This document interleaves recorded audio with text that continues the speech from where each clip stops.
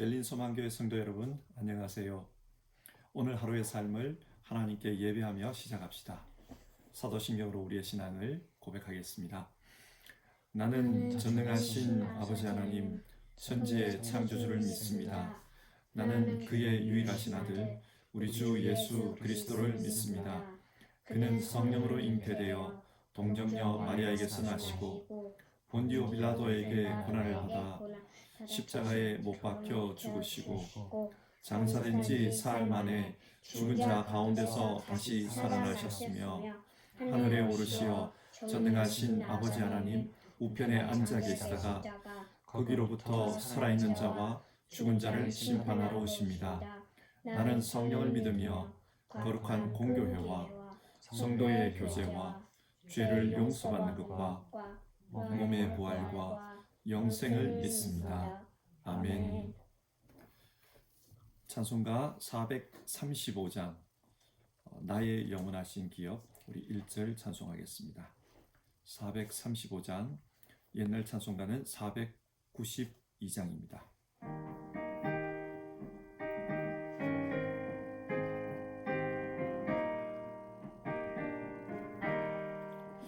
나의 영원하신 기업 생명보다 귀하다.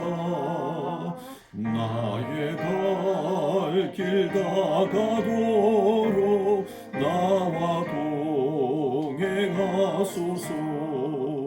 주께로 가까이 주께로 가오니 나의 갈 길 다가도록 나와 동행하소서. 같이 기도하겠습니다.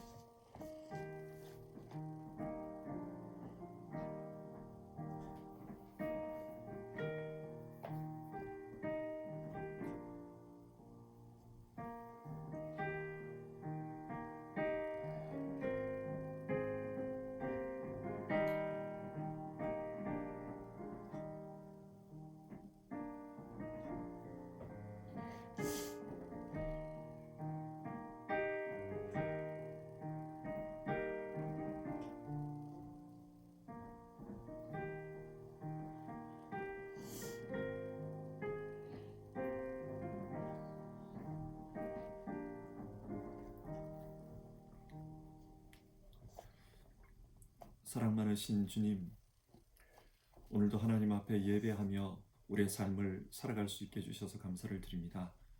주님께서 우리에게 주신 귀한 영생의 삶을 오늘도 우리의 이 땅의 삶 속에 이루어가기를 원합니다. 뜻이 하늘에서 이루어진 것처럼 이 땅에서도 주님의 뜻이 이루어지게 하시고 주님께서 우리에게 허락하신 그 영생의 삶을 오늘 우리가 살아가는 이 유한한 인생의 삶 속에서 우리가 실현해 갈 수 있도록 도와주시옵소서. 주님, 말씀으로 우리에게 공급해 주시옵소서. 하나님의 은혜를 허락해 주시옵소서. 오늘 이 예배 가운데 주님 역사해 주시기를 간절히 기도드립니다. 예수님의 이름으로 기도합니다. 아멘.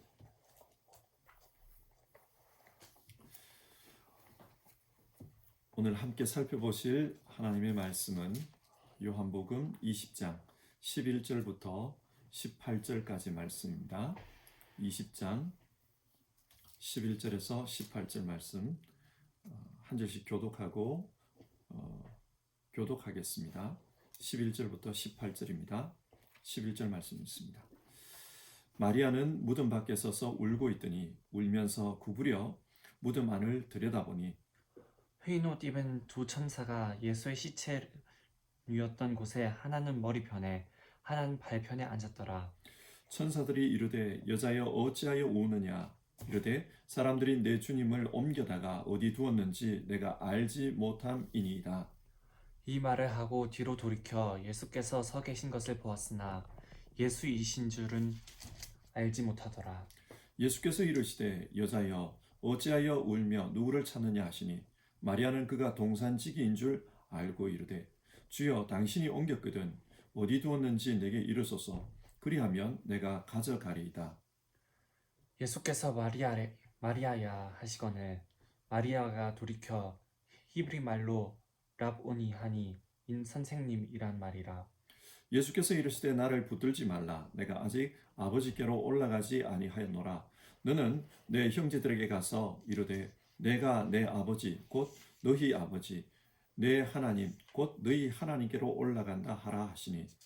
막달라 마리아가 가서 제자들에게 내가 주를 보았다 하고 또 주께서 자기에게 이렇게 말씀하셨다 이르니라. 아멘. 여러분, 부활이 무엇입니까? 일반적인 의미에서 부활은 죽은 사람이 다시 살아나는 것을 의미합니다. 이런 일은 세상에 간혹 있습니다. 심장이 멈춰 사망 선고를 받았다가 살아난 사람, 혹은 뇌사 상태에 있다가 살아난 사람 등 의학적으로는 설명하기 어려운 그런 일들이 있습니다. 그런데 이와 유사한 이야기가 성경에도 나옵니다. 예를 들어 열왕기상 17장에 엘리야 선지자가 사르밧 과부의 아들을 살립니다. 그는 분명히 죽었습니다. 그런데 다시 살아났습니다. 그리고 열왕기하서 4장 엘리사 선지자가 갑자기 죽은 수넴 여인의 아들을 살립니다. 다락에서 기도하는 가운데 죽은 아이의 호흡이 돌아옵니다. 그리고 예수님에 의해 백부장 야이로의 딸이 살아나고 나인성 과부의 아들, 그리고 죽은 지 나흘이나 지난 나사로가 살았습니다. 뿐만 아니라 사도행전 9장을 보면요, 요바에 사는 다비다가 살아납니다. 사도들의 사역 현장에도 이런 일들이 있었습니다. 여러분, 이것이 부활일까요? 그렇다면 고린도전서 15장 20절의 말씀은 거짓말이 됩니다. 그러나 이제 그리스도께서 죽은 자 가운데서 다시 살아나사 잠자는 자들의 첫 열매가 되셨도다. 성경은 분명히 예수님이 부활의 첫 열매라고 했습니다. 만약 죽은 자가 다시 살아난 것이 부활이라면 예수님은 첫 열매가 될 수가 없습니다. 예수님보다 먼저 죽었다가 살아난 자들이 있기 때문입니다. 그러면 성경이 말하는 부활이 무엇입니까? 죽은 자가 살아나는 것이 부활이 아니라면 성경이 말하는 부활은 무엇입니까? 성경이 말하는 부활은 죽음을 이긴 사건입니다. 그렇기 때문에 다시는 죽지 않고 신령한 몸으로 영원히 사는 것이 부활입니다. 예를 들어 나사로가 살아났지만 그 후에 나사로가 죽지 않고 영원히 살았습니까? 아닙니다. 그는 후에 다시 죽었습니다. 그런 것은 부활이 아닙니다. 다시 살아나는 것, 즉 소생이지 부활이 아닙니다. 독일어로는 비더벨레붕, 소생입니다. 그러나 부활은 독일어로 auferstehung, 전혀 다른 단어입니다. 죽음에서 일어나 다시는 죽지 않는 것, 그것이 부활입니다. 이런 부활은 세상의 마지막 때에 일어난다고 성경 가르칩니다. 주님이 재림하실 때 죽은 자들이 살아나는 그 사건이 바로 부활입니다. 그런데 그 부활이 예수님에게서 먼저 일어났습니다. 그래서 성경은 예수님을 부활의 첫 열매라고 말씀합니다. 부활과 소생은 전혀 다릅니다. 따라서 예수님이 부활하실 때까지 인류는 한 번도 부활을 경험한 적이 없습니다. 그렇기 때문에 부활을 보아도 믿을 수 없었고 부활을 증거해도 사람들이 의심했습니다. 이런 현상은 부활을 처음 보았던 예수님의 제자들에게서도 나타납니다. 예수님의 제자 도마를 보십시오. 도마는 예수님이 살아났다는 다른 제자들의 말에 예수님의 못 박힌 손목에 내 손가락을 넣어보고 그 옆구리에 내 손가락을 넣어보지 않고는 나는 더 이상 믿을 수가 없다. 너희 말을 믿을 수 없다. 그렇게 했습니다. 이처럼 부활은 믿기 어려운 사건이었습니다. 그런데 그 부활을 직접 보지 못한 사람들에게 어떻게 증거할 수 있을까요? 성경은 두 가지 자료를 소개합니다. 첫 번째 자료는 예수님의 빈 무덤입니다. 무덤이 비어 있었다는 것은 시체가 없었다는 말입니다. 시체가 없었다는 것은 둘 중에 하나인데 누군가가 시체를 없앴거나 아니면 진짜 부활한 것입니다. 분명한 것은 예수님의 제자들이 그 시체를 없애지 않았다는 것입니다. 우리는 부활주일에 이 문제에 대해서 살펴보았습니다. 이것과 관련하여 사도 요한은 아주 자세하게 당시 상황을 설명했습니다. 그리고 마태복음은 이 당시 제자들이 시체를 훔쳐갔다 그 소문에 대해서 소개를 하고 그 소문을 소개하고 그리고 거기에 대해 반박하고 있습니다. 그러면 제자들이 시체를 없애지 않았다면 시체를 없앨 가능성은 제자가 아닌 다른 사람들인데 한번 생각을 해보십시다. 만약 대제사장과 종교 지도자들이 시체를 없애 숨겼다면 오순절 이후 예루살렘에서 교회가 그렇게 부흥할 때 대제사장이 예수님의 시체를 가지고 나오면 됩니다. 자, 이것을 보라. 저 사람들은 예수가 부활했다고 거짓말을 하고 있다. 여기에 예수의 시체가 있다. 그렇게 해버리면 모든 문제가 해결됩니다. 그런데 대제사장은 그렇게 하지 못했습니다. 무슨 말입니까? 이들 역시 예수님의 시체를 가져간 것이 아니라는 말입니다. 그러면 남아있는 가능성은 무엇입니까? 예수님이 진짜 부활한 것입니다. 이것 외에 다른 가능성은 없습니다. 그래서 성경은 예수님의 빈 무덤 이야기를 하고 있는 것입니다. 예수님은 진짜 부활하셨다. 빈 무덤을 보라. 그리고 성경이 소개하고 있는 또 다른 자료는 부활한 예수님을 만난 사람들의 이야기입니다. 이것이 좀 더 직접적이고 좀 더 확실한 부활의 증거입니다.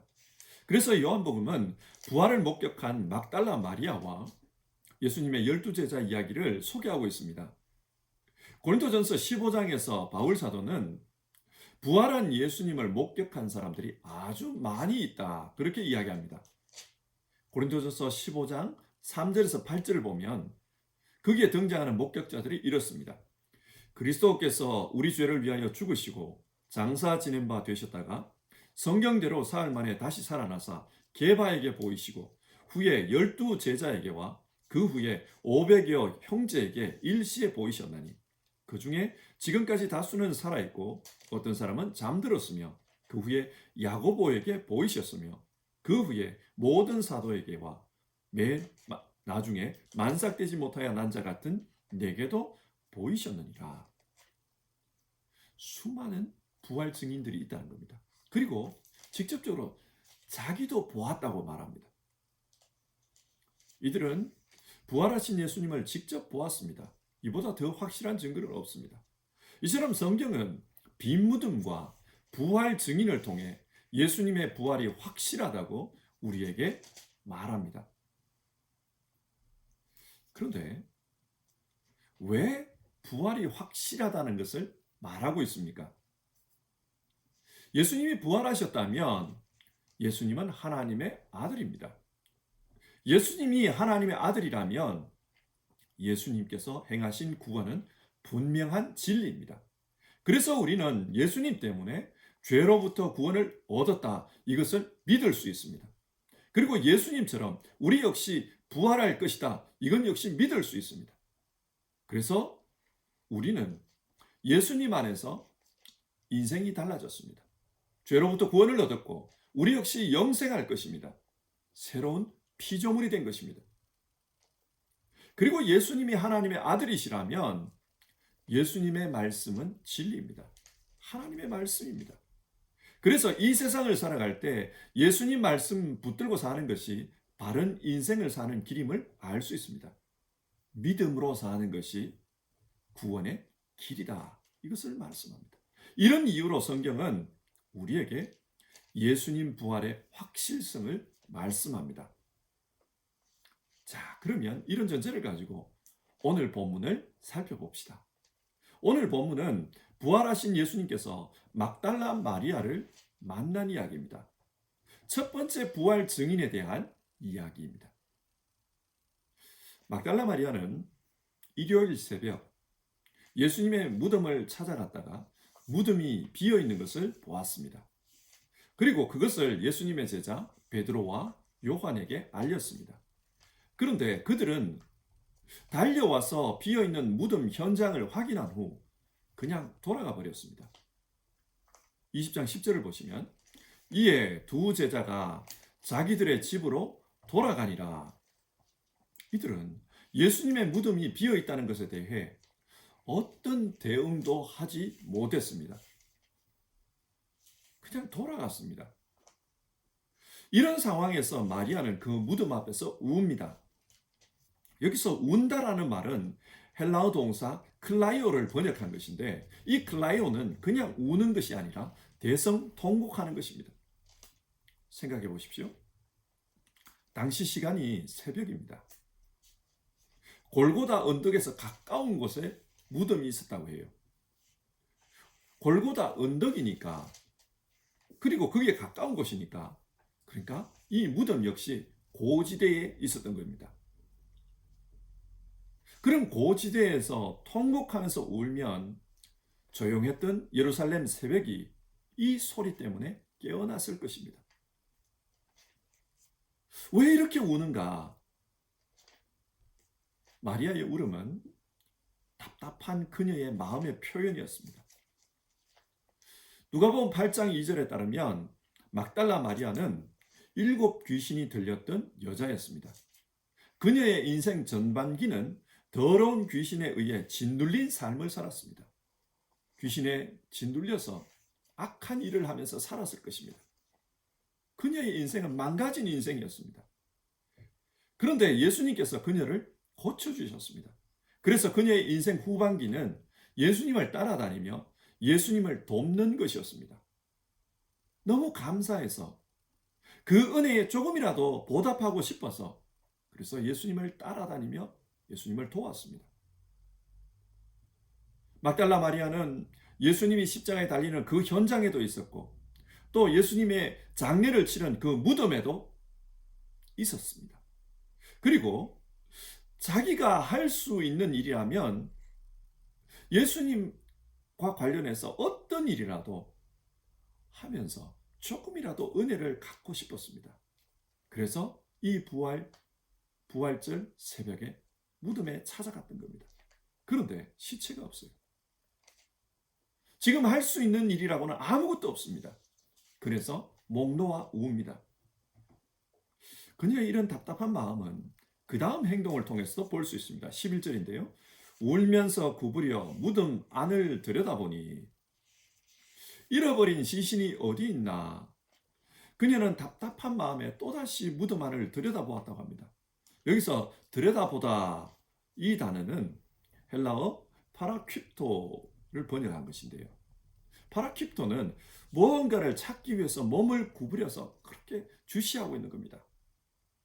혹시 무슨 단서라도 있지 않나. 그렇게 그 안을 그렇게 주시하고 있었던 겁니다.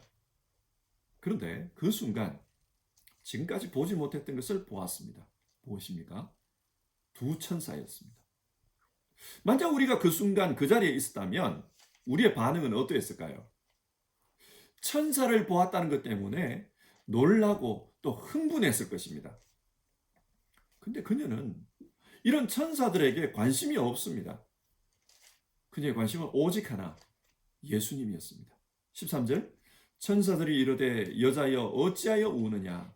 이르되 사람들이 내 주님을 옮겨다가 어디 두었는지 내가 알지 못함이니이다. 오직 예수님에게 관심이 있습니다. 이렇게 대화하고 있는 순간 뒤에서 예수님이 나타나셨습니다. 그리고 마리아에게 묻습니다. 여자여 어찌하여 울며 누구를 찾느냐? 이 순간에도 마리아는 통곡하고 있었습니다. 여자여, 존칭이에요. 존칭으로 부르면서 누구를 찾고 계십니까? 예수님께서 질문했습니다. 하지만 마리아는 예수님을 알아보지 못했습니다. 왜 알아보지 못했을까요? 어쩌면 예수님의 모습이 생전과는 달랐기 때문일 것입니다. 누가복음 24장을 보면 예수님이 부활하신 날 그날 저녁 엠마오로 향하던 두 제자와 함께 길을 걸어가는 내용이 나옵니다. 길을 가면서 예수님은 그 두 사람과 짧지 않은 대화를 나누었습니다. 하지만 그들은 그분이 예수님이라고 생각하지를 않았습니다. 못 알아봤습니다. 그리고 오늘 본문에도 못 알아보고요. 뿐만 아니라 요한복음 21장 디베리아 바닷가에서 제자들이 그물을 던집니다. 그때 예수님께서 찾아오십니다. 고기를 많이 잡았는지 묻습니다. 하지만 그들은 예수님을 못 알아봤습니다. 이를 통해 볼 때 예수님의 부활 후 모습은 생전과 좀 달랐던 것이 아닌가 그런 생각이 듭니다. 그런데 이것보다 더 중요한 이유는 막달라 마리아가 지금 관심을 가지는 것은 오직 예수님의 시신입니다. 그녀는 잃어버린 예수님의, 사라져버린 예수님의 시신만 생각하고 있습니다. 그러다 보니 그 시체 외에 다른 것은 눈에 들어오지가 않습니다. 그녀는 예수님이 부활했다, 그런 생각을 전혀 하지 못했습니다. 그렇기 때문에 살아계신 주님을 만났지만 그분이 예수님이라고 생각하지 못했습니다. 이때 예수님께서 그녀의 이름을 부릅니다. 마리아야. 그 음성을 듣고 마리아는 예수님을 알아봅니다. 이로써 마리아는 인류 최초의 부활 목격자가 되었습니다. 예수님께서 마리아에게 사명을 주십니다. 주님께서 살아나셨다는 것을 제자들에게 전하라는 것이었습니다. 그러니까 막달라 마리아는 부활 증인의 사명을 받은 겁니다. 오늘 본문 17절에는 아주 중요한 말씀이 기록되어 있습니다. 무엇입니까? 17절. 너는 내 형제들에게 가서 이르되 내가 내 아버지 곧 너희 아버지 내 하나님 곧 너희 하나님께로 올라간다 하라. 부활 증인은 예수님의 형제입니다. 내 아버지 곧 너희 아버지. 예수님의 아버지가 너희 즉 우리의 아버지입니다. 따라서 예수님과 우리는 형제입니다. 그리고 예수님의 하나님이 우리의 하나님이십니다. 예수님과 함께 하시는 하나님이 우리와도 함께 하십니다. 우리는 예수님의 죽음과 부활 속에서 전혀 새로운 정체성을 가지게 되었습니다. 예수님의 가족이 되었습니다.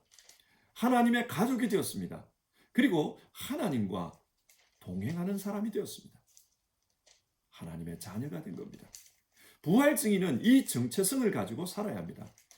부활을 증거함에 있어서 이 정체성은 아주 중요하기 때문입니다. 자, 오늘 말씀을 정리해 보겠습니다. 오늘 말씀은 예수님의 부활 증거로 부활의 첫 목격자 막달라 마리아를 이야기하고 있습니다. 막달라 마리아가 예수님의 첫 부활 증인이다. 이것이 중요합니다. 여러분도 잘 아시다시피 예수님 당시의 유대 사회는 남성 중심의 사회였습니다. 그래서 법정에서 다툼이 일어났을 때 그 다툼과 관련해서 여인들이 증언하는 것은 유효하지 않았습니다. 그 정도로 남성 중심이었습니다. 그런데 성경은 지금 예수님의 부활과 관련해서 그 부활의 증인으로 막달라 마리아를 소개합니다. 무슨 말입니까? 만약 없었던 부활을 있었다고 거짓말할 것 같으면 이런 막달라 마리아를 증인으로 내세울까요?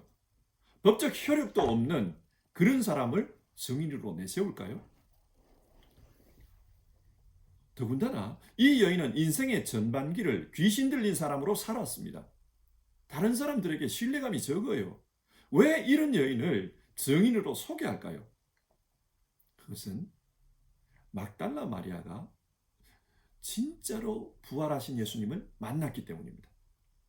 당시 사회 관습에 따르면 막달라 마리아는 증인으로서의 가치가 없습니다. 중요하지 않습니다. 그러나 예수님은 그렇게 생각하지 않았습니다. 이 막달라 마리아의 증언이 중요했습니다. 그리고 결정적인 증언이 될 것이라고 보았습니다. 그래서 이 여인에게 부활 증인의 사명을 맡깁니다. 오늘 우리의 시점에서 보면 이 막달라 마리아의 증언은 결정적인 증언입니다. 그러면 예수님은 왜 막달라 마리아에게 자신의 부활을 처음으로 보여주었을까요? 누구보다도 예수님을 사랑하는 사람이었기 때문입니다. 그녀는 자신의 인생을 고쳐준 예수님이 감사해서 그 은혜에 응답하며 살려고 했습니다. 그래서 성경을 보면 생전에 예수님을 따라다녔고 또 예수님의 십자가 못 박히는 장소에도 있었고 또 예수님의 빈 무덤도 목격했고 또 부활하신 예수님을 직접 대면한 여인이 막달라 마리아입니다. 성경에서 유일한 여인입니다. 예수님을 따라다니고 십자가를 목격하고 빈 무덤을 목격하고 부활한 주님을 목격하고 유일한 여인입니다. 예수님을 끝까지 따르고자 하는 마음이 있었기에 그녀는 첫 부활의 증인이 될 수 있었습니다. 하나님의 말씀입니다.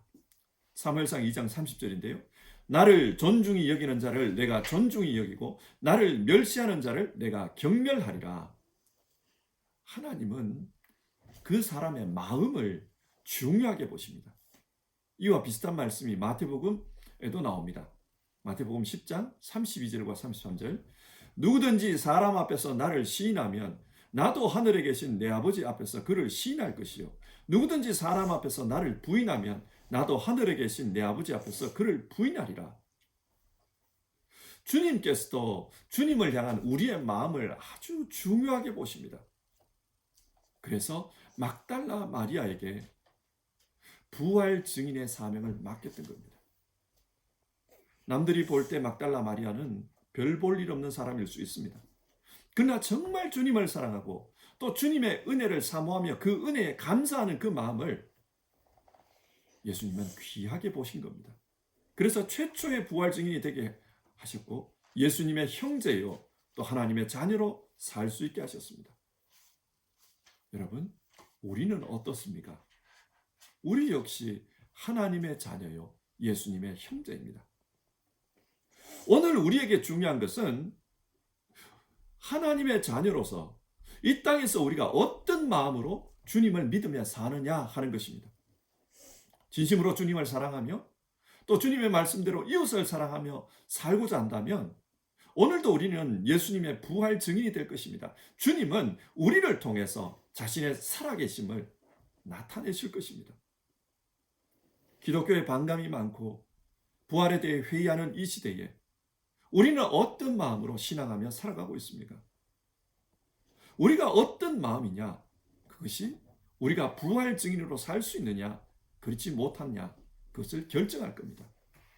사랑하는 성도 여러분, 오늘 아침 하나님 앞에서 우리의 마음을 우리가 고백했으면 좋겠습니다. 그리고 정말 주님, 나는 이제 새롭게 살겠습니다. 주님께서 주신 새로운 정체성으로 살겠습니다. 그것을 고백해 봅시다. 436장 같이 찬송하고요. 기도하겠습니다. 436장. 옛날 찬송가는 493장입니다. 1절 부르겠습니다.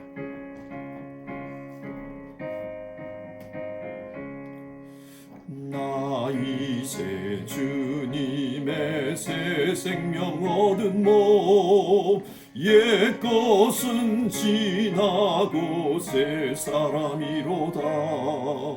그 생명 내 맘에 강같이 흐르고 그 사랑 내게서 해같이 빛난다. 영생을 누리며 주 안에 살리라. 오늘도 내일도 주 함께 살리라. 오늘 살펴본 말씀을 생각하며 같이 기도합시다. 예수님은 주님을 사랑하며 또 그 은혜에 응답하며 살고자 했던 그 막달라 마리아를 부활의 첫 증인으로 삼으셨습니다. 우리 역시 이 시대에 부활의 증인으로 살아야 합니다. 그래서 기도해 봅시다. 먼저는 주님을 사랑하며 주님의 은혜에 응답하는 마음을 가지고 살게 하소서. 주신 은혜 생각하며 함께 마음으로 다짐하는 그런 기도를 이 시간 해봅시다. 그리고 우리는 하나님의 자녀요 예수님의 형제로서 부활 증인의 사명을 감당해야 하는 사람이라는 것을 기억하고 기도합시다. 내가 어떻게 지금도 살아계신 주님을 드러낼 수 있을까? 우리의 사명 문제를 가지고 같이 기도해 봅시다. 기도하겠습니다.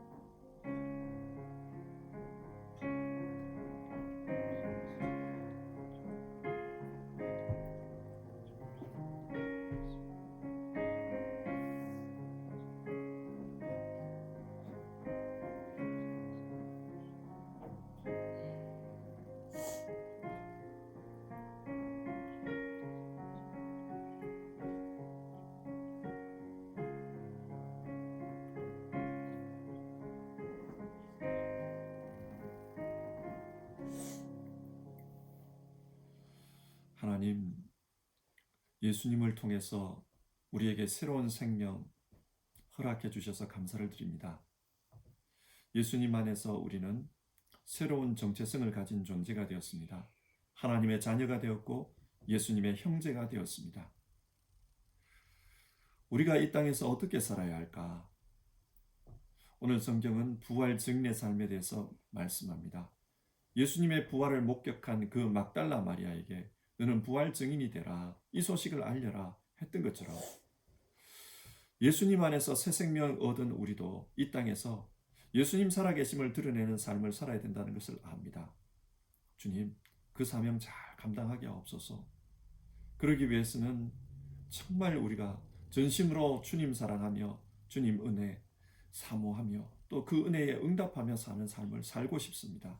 막달라 마리아처럼 우리도 전심으로 주님 사랑하며 그렇게 살아갈 수 있도록 주님 우리에게 은혜 주시고 또 그 은혜 생각하며 살 수 있도록 정말 성령 충만함을 허락해 주시옵소서.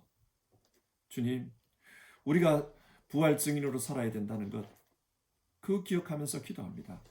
어떻게 사는 것이 지금도 살아계신 주님을 증거하는 길인지 우리가 하여금 깨닫게 하옵소서. 우리에게 지혜를 주시고 또 우리에게 주어진 사명들을 생각하며 살 수 있게 하시고 그래서 정말로 충성된 삶 살아갈 수 있도록 주님 도와주시옵소서. 각자에게 주어진 그 사명들 잘 감당하며 그리고 자기에게 주어진 그 삶을 통해 살아계신 하나님 증거하는 우리 모두 되게 하여 주시옵소서. 오늘도 하루의 시작을 하나님 앞에 예배하며 시작하는 모든 성도님들 그 마음속에 주께서 주신 새 생명에 대한 감사와 또 은혜에 대한 기쁨과 뿐만 아니라 하나님 사명을 생각하며 살고 또 하나님께 영광 돌리는 삶 될 수 있도록 도와주시옵소서. 오늘 하루의 삶을 온전히 주님께 의탁드립니다. 귀하신 예수님의 이름으로 기도합니다.